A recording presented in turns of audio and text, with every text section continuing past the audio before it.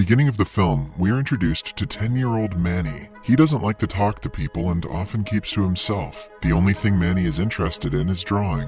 He likes to draw dark, obscure pictures of accidents and events. His personality, added with his hobby, makes people think he is a freak. His mother often brings him to therapy to help him overcome an unsaid past trauma. Most therapists think the drawings are just a way for Manny to relieve stress, but it couldn't be further from the truth. The scene cuts to an American woman named Marianne Winter arriving in Scotland. She is an experienced psychiatrist who has come here to start a new life because of an undisclosed tragedy that happened back home. Although in a new place and around new people, Marianne doesn't seem to be hopeful or happy. The first visit she makes is to her workplace, where she is welcomed by a coworker named Moore. The kind lady shows her the counseling room she will be working in. Moore is confused as to why Marianne chose to come to Scotland when she had a much better job back in New York. To cut the conversation short, Marianne simply says that she likes the rain.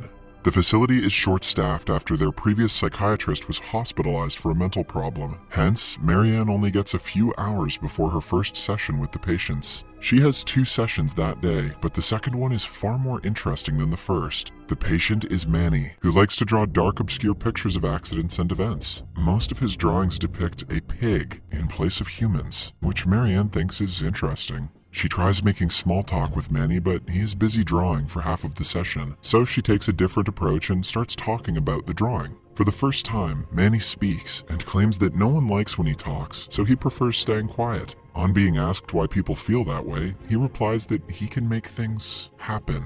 Intrigued, Marianne asks him what was the last thing he made happen. To her surprise, he replies, "You." The comment doesn't make sense to the doctor, but she fails to realize that the kid isn't just blabbering. After work, Marianne goes to a bar for a drink. She comes across a man who seems to be interested in her, but doesn't approach her. The man is with a girl who happens to be Marianne's new colleague. She hands Marianne a brochure of a book club she and her guy friend attend, and invites her to join the club. A while later, Marianne is on her way home when she comes across a car crash under a tunnel. The car is on fire, and a man underneath it is injured, but not dead. Marianne wants to help him, but she freezes in shock and cannot move at all. Eventually, it explodes, and the passers-by can do nothing to save the guy. The scene abruptly cuts to the next day. Marianne finds a bunch of Manny's drawings. One of them depicts a car crash, similar to the one she witnessed yesterday, except there is a pig present on the scene. In the next therapy session, she asks the kid if he saw the car crash on the news and remembered it. Manny says that he didn't see anything about the car crash. In fact, he is the one who made it happen. He also adds that he makes everything happen in this world, and if it weren't for him, she wouldn't be here. A confused Marianne looks at him in awe when he claims that there is a gun in her drawer. She dismisses the comment as him just trying to be spooky, and she doesn't bother to check the drawer either. Later that day, the staff of the clinic organize a monthly meeting to talk about their patients. Marianne is told that she is the only person Manny speaks to, and is otherwise always quiet. He refuses to talk to his adoptive mother and his friends as well. Manny was previously treated by a doctor whose position Marianne took in the office. She wants to study the case file from the former doctor, and the administration promises to look into it.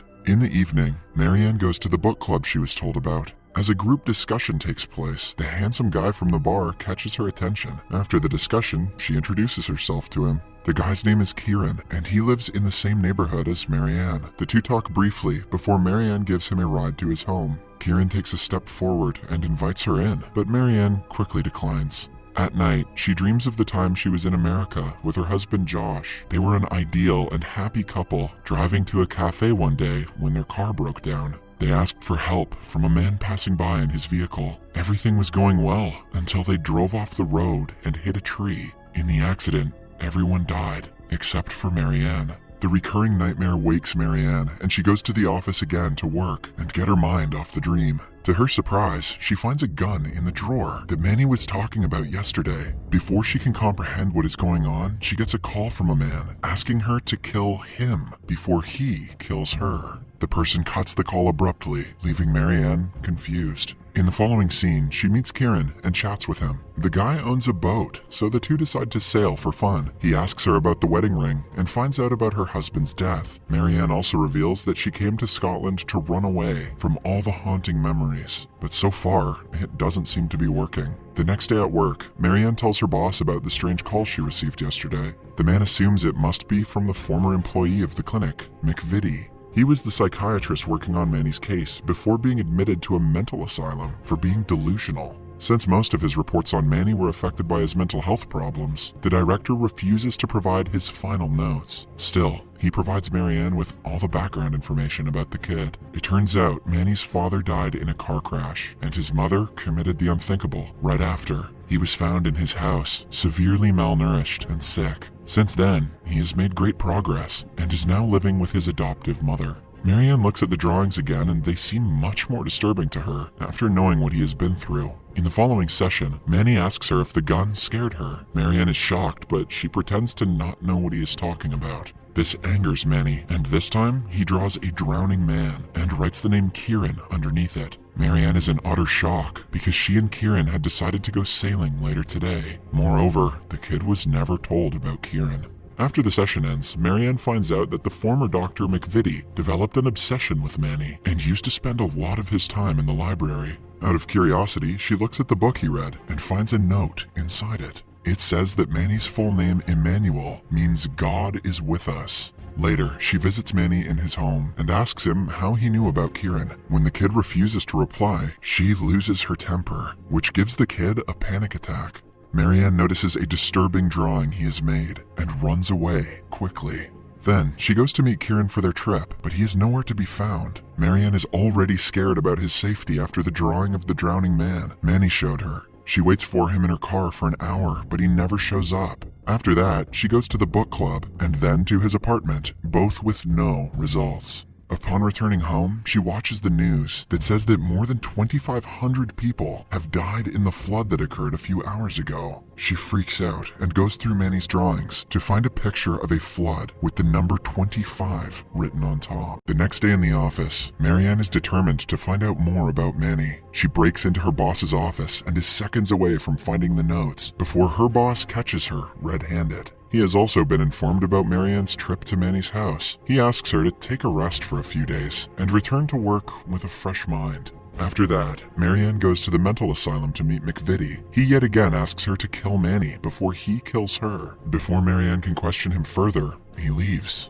Then, she notices that he was reading a book titled Second Death. It reminds her of one of Manny's drawings where he had depicted a man falling off a building. She realizes something bad is about to happen to McVitie and runs outside. But before she can reach him, he falls off the building, exactly like Manny had predicted. This proves that Manny is not a normal boy, which means Kieran's life is also in danger. Marianne panics and goes to Kieran's boat yet again. She is scared that if Kieran gets on his boat, he will drown and die. Hence, she unmoors the boat away, hoping to keep him from boarding it and hence prevent his death. Then she goes to the clinic and steals all of Manny's drawings from the archive. To her surprise, everything that has happened to her in the past has been vaguely depicted in the drawings, and she is represented as the pig in all of them.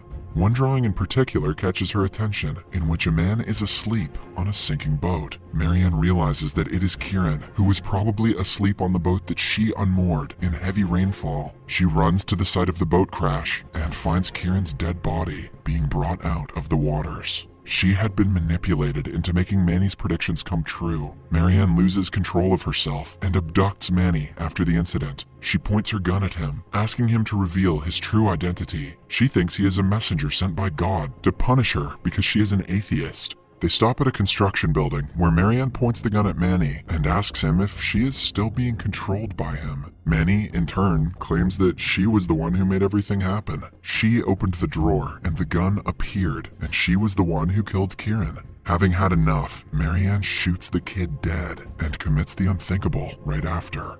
In the following scene, she is in the hospital after the car crash. When she wakes up, her husband Josh is by her side. It turns out that he survived the crash and only she was hurt. They return home normally, unaware of everything that happened in Scotland. But in the middle of the night, Marianne wakes up and tells Josh she has been to Scotland before. She thinks it was a dream, but remembers every detail of the visit vividly. She calls the clinic the next day, and hearing her colleague's voice makes it clear that the dream was true. Without informing anyone, she flies to Scotland the next morning and meets her colleagues. However, they don't recognize her. She asks them about Manny, but they do not know him either. Determined to know where he is, she goes to the archive room and finds his files on the ground. All of a sudden, Manny appears from the dark and startles her. He says that he never changed the future or manipulated her. It was her who made his predictions real by looking at the drawings. Marianne takes a chance and looks at the files again and finds a gun inside. She also finds a single drawing that shows her Josh's death, which means she has locked his fate by looking at the picture.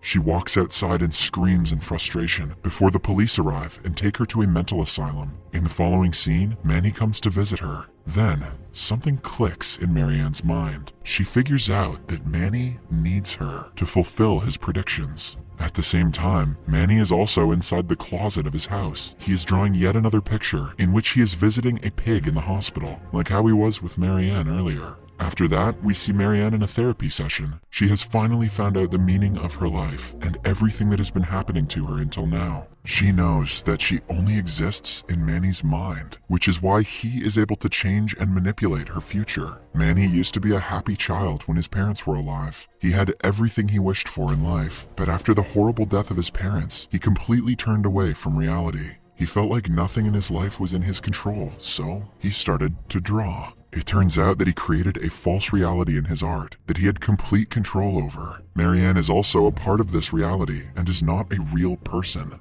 This is why Manny could make her do anything and even send her to the past. Marianne remembers him telling her that he created her. At the time, she couldn't figure out what it meant, but now it is crystal clear. She looks up and says that everything in the universe she is in exists in the mind of a 10-year-old boy. Back in actuality, Manny draws a final picture of a pig, telling the entire truth to a therapist. He finally lets go of the false reality he created in his mind, and simultaneously, the world around Marianne disappears. In the end, we see Manny hug his adoptive mother, accepting the reality of his parents' death.